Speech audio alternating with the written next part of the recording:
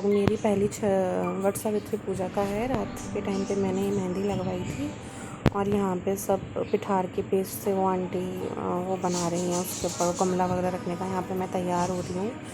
बहुत ज़्यादा गर्मी है, बहुत ज़्यादा गर्मी है राजस्थान के अंदर। आप ही बताएं आपके वहाँ पे कितनी गर्मी है। सब लोग यहाँ पर प्रिपरेशन में लग रहे थे बहुत जल्दीबाजी के अंदर, क्योंकि सुबह जल्दी पूजा करके फ्री होना चाहते थे हम। इतनी ज़्यादा गर्मी थी इसलिए। तो ये मेरी सास हैं, वो भी अरेंजमेंट्स कर रही हैं। ये पूजा करवाने के लिए हमने बाजू वाली आंटी को बुलाया था, तो वो सारे इंस्ट्रक्शंस देंगी कि उनको क्या क्या चाहिए। यहाँ पे लोग जो आएंगे उनके बैठने के लिए दरियाँ वगैरह बिछाई जा रही हैं। ये वट की डाली राखी लगाई है, क्योंकि बाहर जाने में तो बहुत ज़्यादा गर्मी लग रही थी। और ये पिठार के पेस्ट से बनता है, मतलब चावल का जो पेस्ट होता है उससे ये सब बनता है। और यहाँ पे मैं अपनी ओढ़नी सेट करने की कोशिश कर रही हूँ।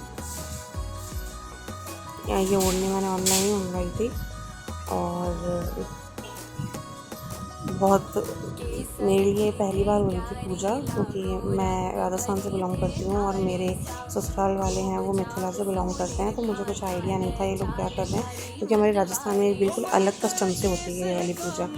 और क्योंकि ये लोग मिथिला के हैं तो ये सिंदूर जैसे आगे गोला लगा करके कुछ तो किया था मेरी ननद ने, वो भी आगे आपको पता लगेगा।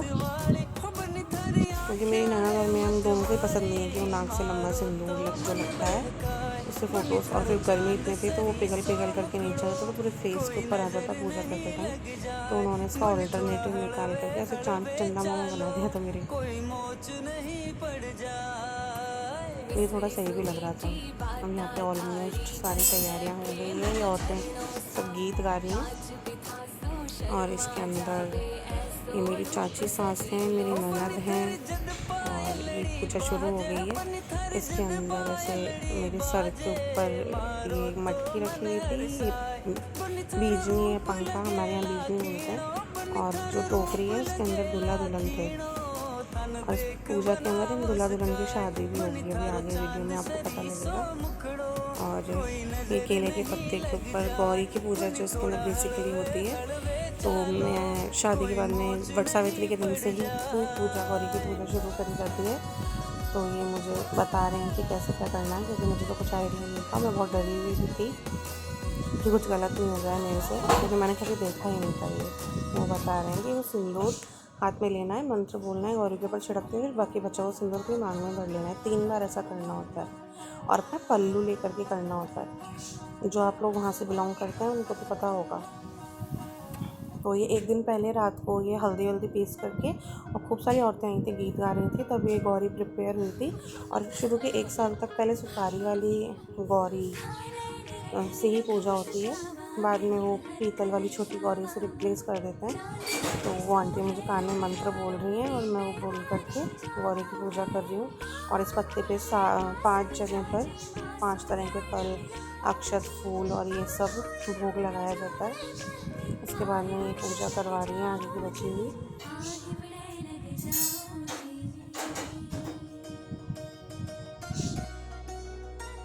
अभी हमें को पंखे से वट के पेड़ की हवा करनी है। बाद में ये शायद बांट दिए थे, हाँ ये बांट दिए थे बाद में इसी पंखे से अपने पति की भी हवा करनी होती है। और अब ये दूल्हा दुल्हन में आपको बता रही ना, ये दूल्हा दुल्हन की शादी कराई जाती है। तो ये दूल्हा है और ये दूल्हा है।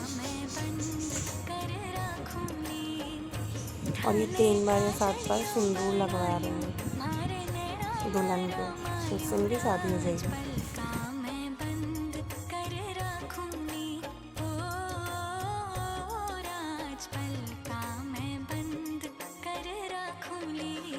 ये भी हमने बनवाए थे बाहर से, गुड्डा गुड्डी दूल्हा दुल्हन।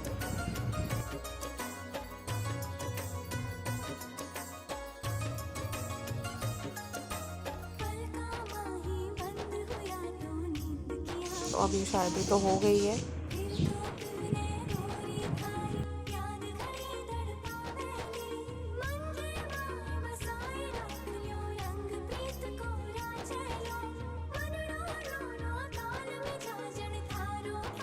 अब पूजा होने के बाद में मुझे आम को हाथ में लेकर के वट की परिक्रमा करनी थी और मूली हाथ में लेकर के, तो वही सब समझा रहे हैं।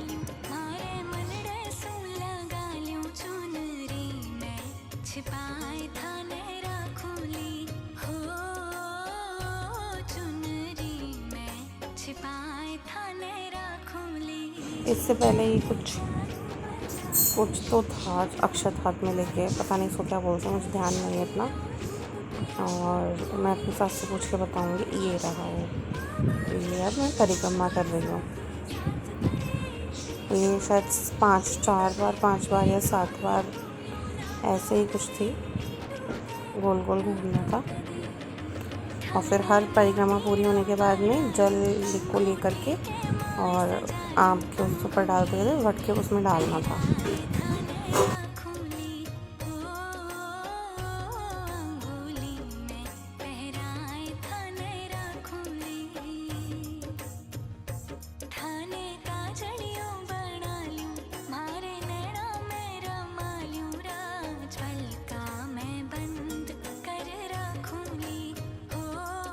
ये जल चढ़ाना था हरे परिक्रमा के बाद में।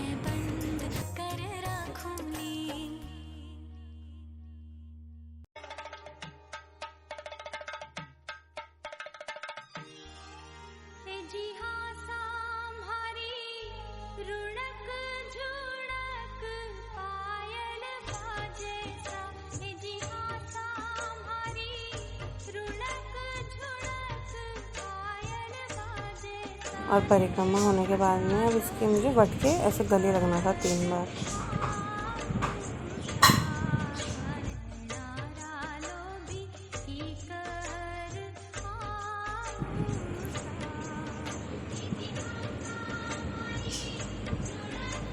तो मुझे डर भी लग रहा था ये मटकी गुड़क नहीं जाए।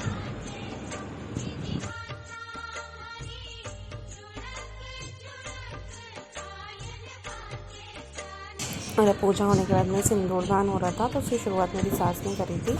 ये 7 औरतों ने मिल करके मेरे को सिंदूरदान करा था। हर औरत ने 3 बार डाला। तो सबसे पहले मेरी सास डाल रही हैं।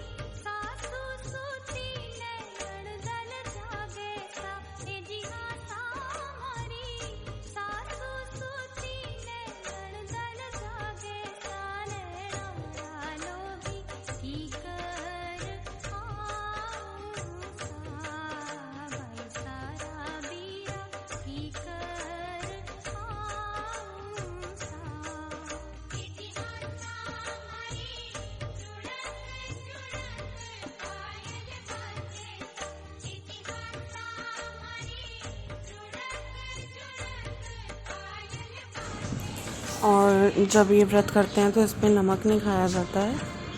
इसमें सिर्फ आप मीठा ही खा सकते हो। तो आपको बिना नमक का ही कुछ खाना होता है, जैसे खीर बना लो, फ्रूट्स खा लो या जूस बना लो।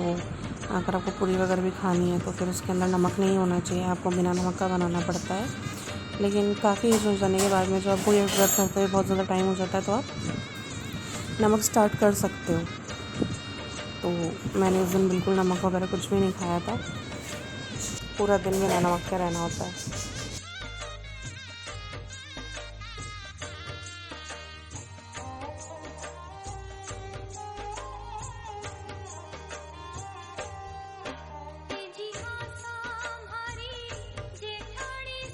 तो ये सब हो गया, ये औरतें गीत गा रही हैं और पूजा का एंड हो गया।